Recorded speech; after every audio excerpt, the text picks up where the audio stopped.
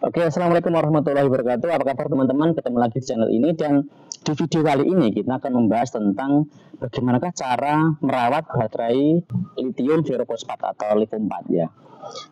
Banyak pertanyaan di video-video saya yang sebelum ini. Yang intinya adalah mereka bertanya bagaimanakah cara merawat atau memperlakukan baterai lithium 4 itu yang benar. Nah, di sini saya akan sharing tentang apa yang telah saya pelajari dan saya praktekkan kepada motor listrik saya ini Ixigo 3, karena Ixigo 3 ini kebetulan dia juga menggunakan baterai lithium 4. Ada beberapa hal penting yang harus kita benar-benar perhatikan terkait dengan baterai ini. Yang pertama adalah tentang SOC. Jadi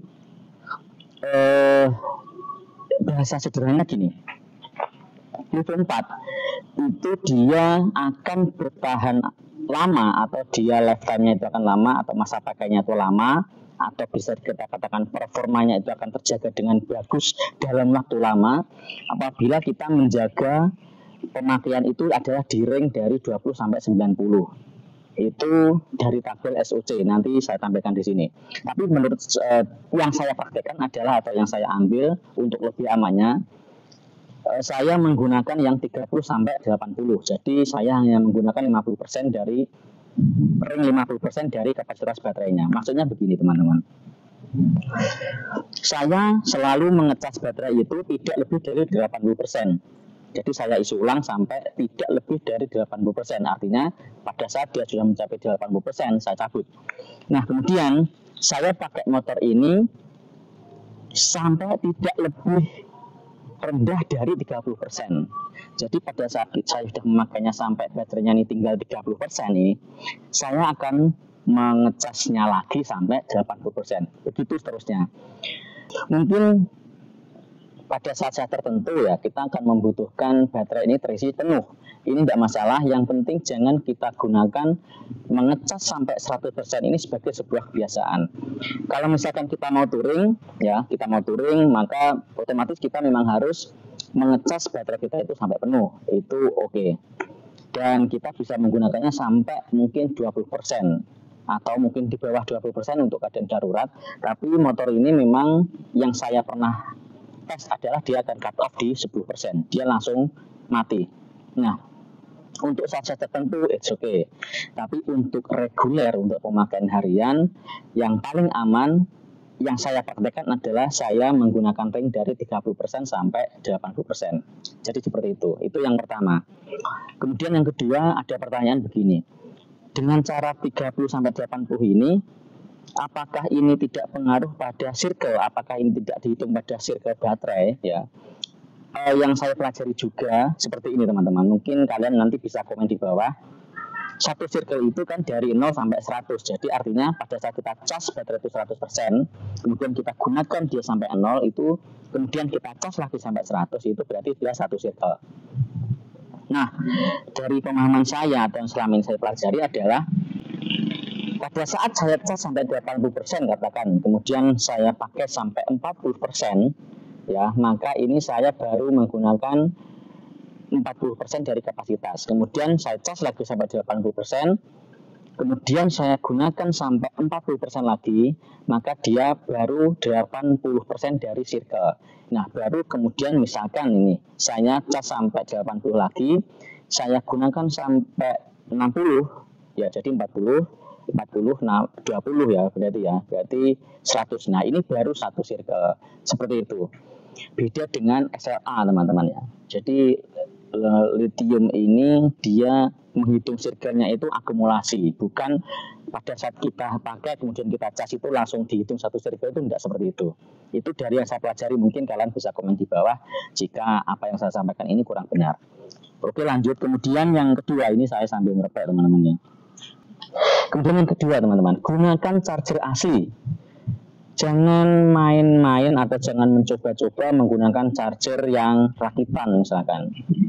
Itu akan berpengaruh kepada kinerja dari baterai kita, dan itu bisa merusak baterai kita. Maka apabila contoh ini Zigo 3 ya, ini saya chargernya yang saya gunakan itu adalah yang reguler atau yang slow charge, yang 5 ampere ya.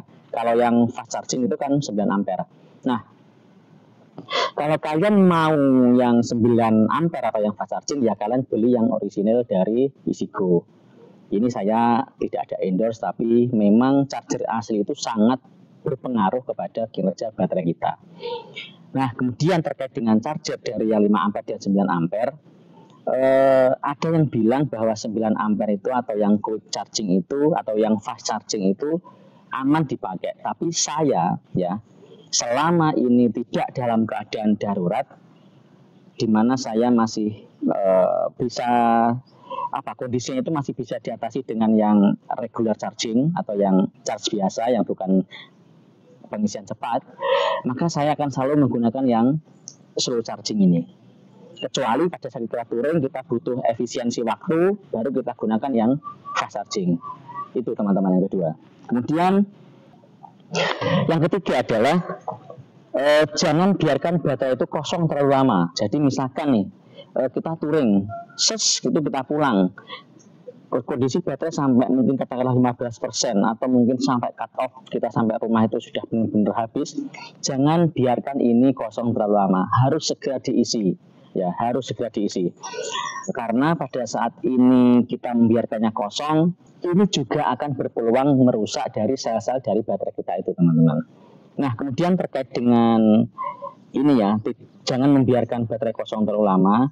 Ini berlaku juga pada saat kita mau menyimpan baterai ini, atau kita mungkin mau keluar kota, motor ini kita akan tinggal mungkin dalam seminggu atau 2 minggu atau 1 bulan. Jangan dicas sampai penuh, teman-teman. Isi sampai setengah kapasitas saja. Jadi misalkan kita isi sampai 50-60%, nah ini akan lebih aman kita tinggalkan daripada mungkin kosong atau mungkin terlalu penuh. Ya, dari yang sudah saya alami sendiri adalah kamera baterai GoPro saya. Setiap selesai dipakai, saya selalu cas penuh. Nah, itu kebetulan sudah sampai 2 bulan saya tidak pernah maksudnya sampai 2 bulan itu sering nggak dipakai gitu ya. Karena memang akhir-akhir ini jarang konten. Nah, akhirnya ternyata tiba-tiba saya menyadari bahwa ternyata satu baterainya itu kembung. Saya selalu menyimpan baterai GoPro itu selalu dalam keadaan penuh. Mungkin itu salah satu faktor kenapa kembung ya, karena itu saya menyimpan dalam jangka waktu lama dalam posisi terisi penuh. Meskipun sebenarnya baterai itu kalau dibiarkan itu tetap ada penurunan kapasitas, tapi mungkin ini ada pengaruhnya, mungkin. Nah, kemudian apabila kalian mau meninggalkan motor ini dalam waktu lama ya, itu lebih baik kalian melepaskan kepala konektornya itu dari baterai ke motor, itu kalian lepaskan. Itu akan lebih aman bagi motor kita, bagi baterai kita.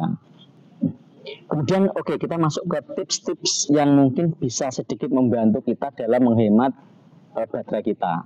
Yang pertama adalah pada saat berkendara itu hindari melakukan akselerasi spontan. Jadi kita urut aja gasnya pelan-pelan. Kalau kita mau akselerasinya itu ya melandai gitu, pelan gitu ya.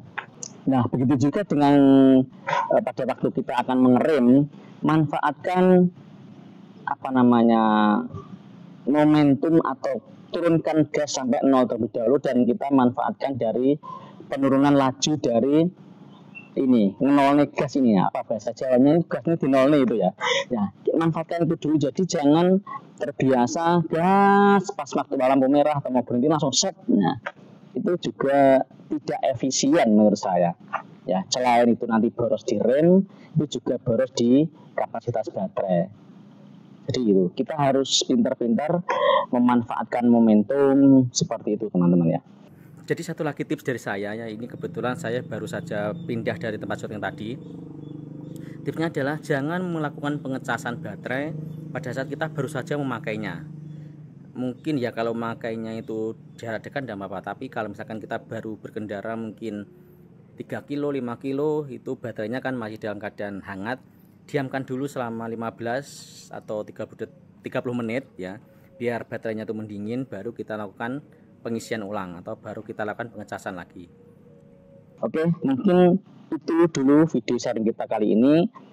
Apabila ada yang perlu kalian tambahkan, silakan tulis di kolom komentar. Atau mungkin apabila ada yang perlu dikoreksi, silakan tulis di kolom komentar. Oke, sampai ketemu lagi di video selanjutnya. Wassalamualaikum warahmatullahi wabarakatuh.